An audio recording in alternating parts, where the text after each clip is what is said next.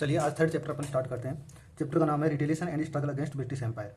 जैसा कि अपन ने फर्स्ट चैप्टर में पढ़ा था वो थी एंशिएंट हिस्ट्री। जो इंडियन हिस्ट्री है उसको अगर 3 पार्ट्स में अपन डिवाइड करें तो there are 3 parts of Indian history. Number 1 is ancient history, number 2 is medieval history जो अपन ने सेकंड चैप्टर में पढ़ा, और नंबर 3 रहेगा मॉडर्न हिस्ट्री।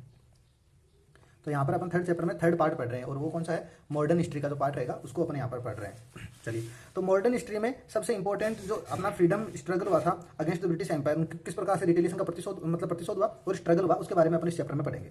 चलिए देखो, the western countries establish colonies in various countries to fulfill their economic objectives.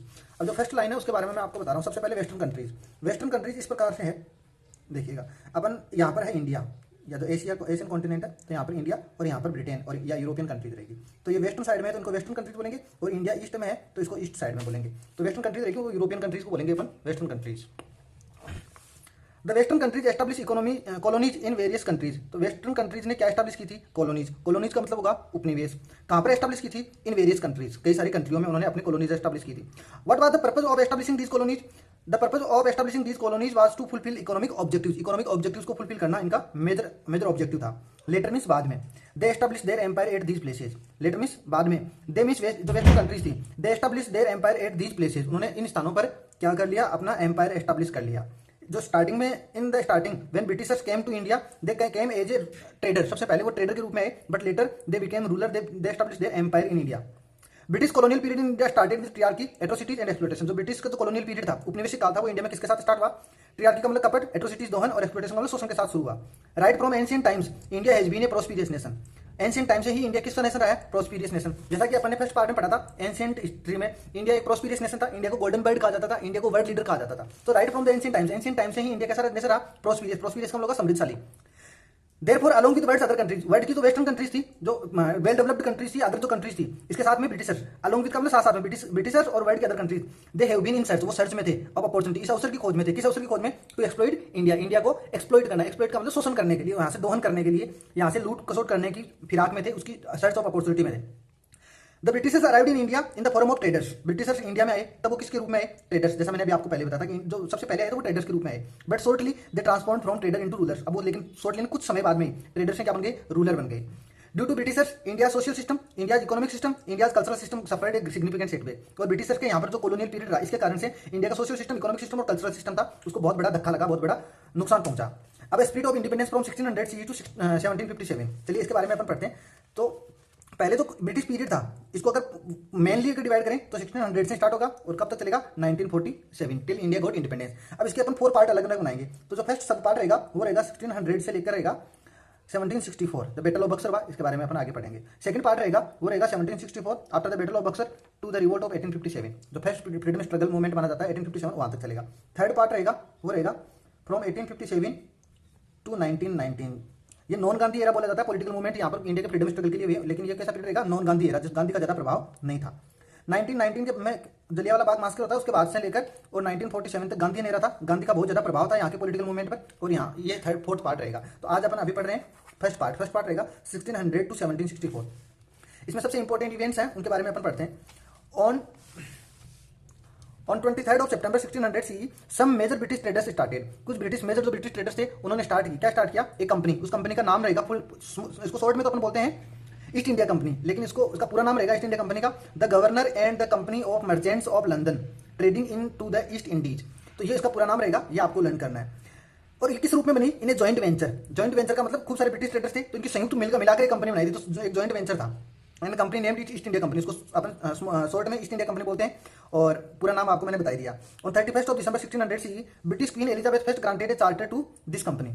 अब देखो सबसे फर्स्ट इवेंट होता है, सेकंड इवेंट होता है, फर्स्ट में क्या हुआ, 23rd of September को उन्होंने अपनी कंपनी बनाने का काम किया 1600 में। और सेकंड इंपॉर्टेंट इवेंट होता है last day of 1600। Last day रहेगा कौन सा बच्चों, 31 दिसंबर 1600 में क्या होगा कि ये जो कंपनी इन्होंने बनाई थी, इस समय इस कंपनी को यहाँ पर परमिशन मिलने का काम हो गया, एक तरीके से रजिस्ट्रेशन का काम कंप्लीट हो गया इनका जो मोटो था वो राइट मिल गया उनको। On 31st of December 1600 CE, British queen Elizabeth first granted a charter to this company. इस कंपनी को एक चार्टर मिलने का काम हो गया। Granting it the sole right, और इसको सोल राइट का मतलब एकमात्र अधिकार था वो मिल गया, to trade with the east जो थी ईस्टर्न। अभी मैंने आपको बताया था जो इंडिया है वो ईस्टर्न साइड में है, तो उसको ईस्ट में यहाँ पर ट्रेड करने के लिए उनको परमिशन मिल गया, राइट मिल गया, उनको अधिकार मिल गया। इन 1612 अब इसको एक बार छोड़ दो, इसके पहले में 1600 तो हो गया, 1604 वाला अपन पढ़ते थे। इस समय क्या हुआ, इन मद्रास का जो प्रेजेंट नेम है वो है चेन्नई। पहले इसको जो ब्रिटिश टाइम था उसमें उसको मद्रास बोला जाता था। तो मद्रास में या चेन्नई में उन्होंने क्या किया, 1604 में it means East India Company build Fort Saint George. उन्होंने फोर्ट सेंट जॉर्ज को एस्टैब्लिश करने का काम कर लिया, वहां पर बनाने का काम कर लिया, बिल्ड करने का काम कर लिया। तो 1604 में। इसके बाद में 1612 में भी एक इंपॉर्टेंट इवेंट होता है। In 1612 CE the East India Company established its first permanent trading hub in Surat. Surat Gujarat में है, वहां पर इसको यहाँ पर क्या एस्टैब्लिश कर लिया उन्होंने, फर्स्ट परमानेंट ट्रेडिंग हब, हम लोग का centre. First permanent trading hub कहां पर बनाया, सूरत में बनाया। कब बनाया, 1612 में बनाया। तो ये दो चीजों का अपने को, ये 3-4 इवेंट रहेगी। ये 1600 का जो 17th सेंचुरी है उसका रहेगा। अब अपन नेक्स्ट सेंचुरी में आते हैं जब, तो एक बार मैं थोड़ा सा आपको समझाता हूँ, उसके बाद में आगे बढ़ रहा हूँ। देखो बच्चों 1707 में एक इंपॉर्टेंट इवेंट ये होता है कि जो मुगल एम्परर था औरंगजेब, उसकी डेथ हो जाती है। कब होती है, 1707 में। और 1717 में एक रूलर था फर्रुकी शाह, इसने उनको ज्यादा परमिशन ग्रांट कर दी, ज्यादा रूल करने का उनको पावर दे दिया। एक फरमान था वो इश्यू किया था, वो कब किया था, 1717 में। तो अपने को ध्यान में रखना है इसके बारे में, मैं थोड़ा बता देता हूँ आपको यहाँ पर। इन 1717 से ही कंपनी एक्वायर्ड फरमान from Mughal emperor Farrukhi Shah. Mughal emperor Farrukhi Shah से उनको एक फरमान मिल गया, एक ऑर्डर मिल गया उनको। And obtain the land ownership of 38 villages. अब जो ओनरशिप थी वो मिलना उनको यहाँ से सबसे पहले कब मिली थी, 1717 में एक फरमान मिला। उस फरमान में 38 विलेजेस की उनको ओनरशिप मिल गई। तो ये फरमान किस लिए था, ओनरशिप ऑफ 38 विलेजेस के बारे में।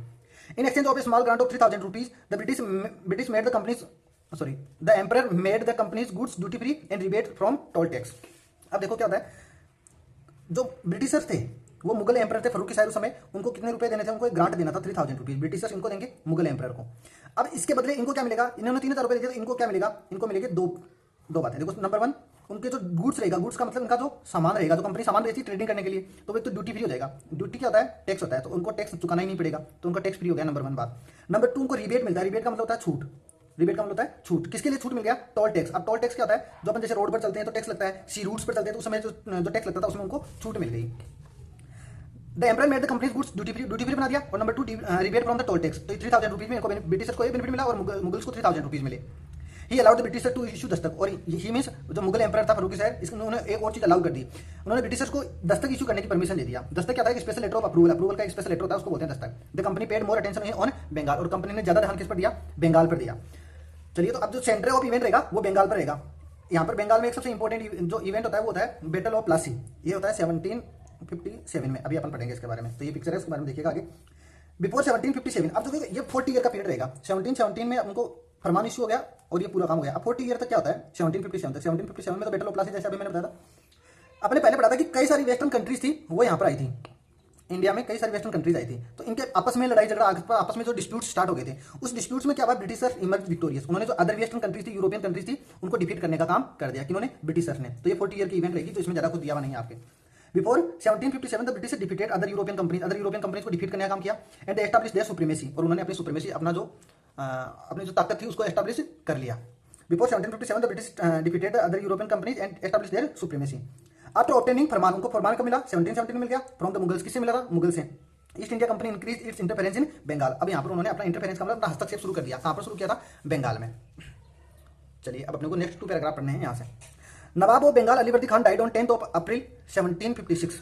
10 अप्रैल 1756 में क्या होता है, बंगाल का एक नवाब था जिसका नाम था अलीवर्दी खान, उनकी डेथ हो जाती है। His successor Sirajuddaula who was the son of his younger daughter. अब जब अलीवर्दी खान की जो डेथ हो जाती है, नवाब होता है वहाँ का जो किंग होता है उसको बोलते हैं। तो जैसे ही उनकी डेथ होती है अलीवर्दी खान की, तो एक नया, सबसे पहले अपने यहाँ पर तो दिया हुआ है वो कौन है, अलीवर्दी खान। इनकी जगह एक नया नवाब बना, वो कौन था, सिराज उद दौला।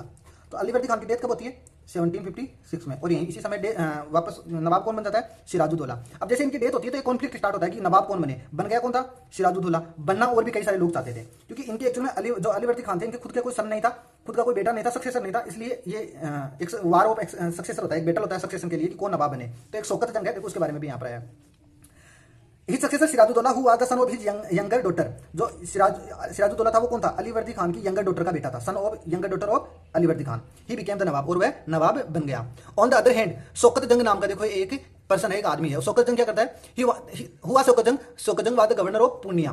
पूर्णिया नाम की जो जगह है वो बिहार में है, ये भी अपने को ध्यान में रखना है। Where is Purnia, Purnia is in Bihar, जो प्रेजेंट टाइम का बिहार है वहां पर पूर्णिया है। वहां का गवर्नर कौन था, शौकत जंग। He Shaukat Jang also wish to become the Nawab, वो भी क्या चाहता था, नवाब बनना चाहता था। The Britishers to benefit. अब इनके बीच में कॉन्फ्लिक्ट होगा, इनके बीच में सिराजुद्दौला और शौकत जंग के बीच में, तो इसका बेनिफिट कौन लेते हैं, दोनों में फूट होगी। फूट का डालो राज करो की जो उनकी सिस्टम था, डिवाइड एंड रूल की जो पॉलिसी थी वो यहाँ पर स्टार्ट होती है उनकी। The Britishers to benefit of this conflict, इसका बेनिफिट लेते हैं। And started providing protection to those who were opposing the Nawab. अब नवाब को बहुत सारे लोग अपोज कर रहे थे, कौन था नवाब, सिराजुद्दौला। उसमें उनको प्रोटेक्शन देना शुरू कर दिया। उन्होंने इस कॉन्फ्लिक्ट का बेनिफिट लिया और स्टार्टेड प्रोवाइडिंग प्रोटेक्शन प्रोवाइड करना शुरू कर दिया। किनको? Those who were opposing the Nawab, Nawab को जो अपोज करे थे। उनमें सबसे इंपॉर्टेंट अभी जो अपने पास नाम आया वो था शौकत जंग का। हुआ शौकत जंग द गवर्नर ऑफ पूर्णिया। आगे देखो, several disputes regarding financial issues arose between the Nawab and the Britishers. कई सारे इश्यूज स्टार्ट हो गए, किनके बीच में? नवाब के बीच में और ब्रिटिशर्स के बीच में डिस्प्यूट स्टार्ट हो गए, इश्यू हो गए। वो कौन से थे? Financial issues. अब जब ये फाइनेंशियल डिस्प्यूट हुए, इन डिस्प्यूट्स का रिजल्ट क्या हुआ? As a consequence, as a result, battle of Plassey took place on 23 of June 1757। जो आपने अभी पहले पढ़ा था कि बैटल ऑफ प्लासी था, वो कब हुआ था? 23 जून 1757। इन this battle the British emerge victorious. इस बैटल में जीतने का काम किसके साथ? उनको जीते कौन? ब्रिटिशर्स जीत गए। And the Nawab was killed, और जो नवाब था सिराजुद्दौला, उसकी डेथ हो जाती है। He got martyrdom. The Britishers appointed Mir Jafar as the Nawab of Bengal. और यहाँ पर मीर जाफर को सबसे पहले लिबर्टी खान, सिराजुद्दौला जैसे किल होते हैं, उनकी जगह एक नया नवाब बनता है। वो कौन था? मीर जाफर। देखो शौकत जंग बनना चाहता था लेकिन उसको भी नहीं बनाया, तो किसको बना दिया उन्होंने? मीर जाफर को बना दिया। As the Nawab of Bengal by which British sovereignty was established in Bengal. इससे ब्रिटिश सॉवेरेनिटी थी वो एस्टैब्लिश हो गई। इन 1760 CE when Mir Jafar became unable to fulfilling his financial obligations। 1760 में क्या हुआ? मीर जाफर था वो अनेबल हो गया to fulfil the financial obligations towards the Britishers. 1757 में जो नवाब बना कौन? मीर जाफर। 1760 तक रहा, और इस 3 ईयर में मीर जाफर ने खूब सारा पैसा किसको दिया? ब्रिटिशर्स को।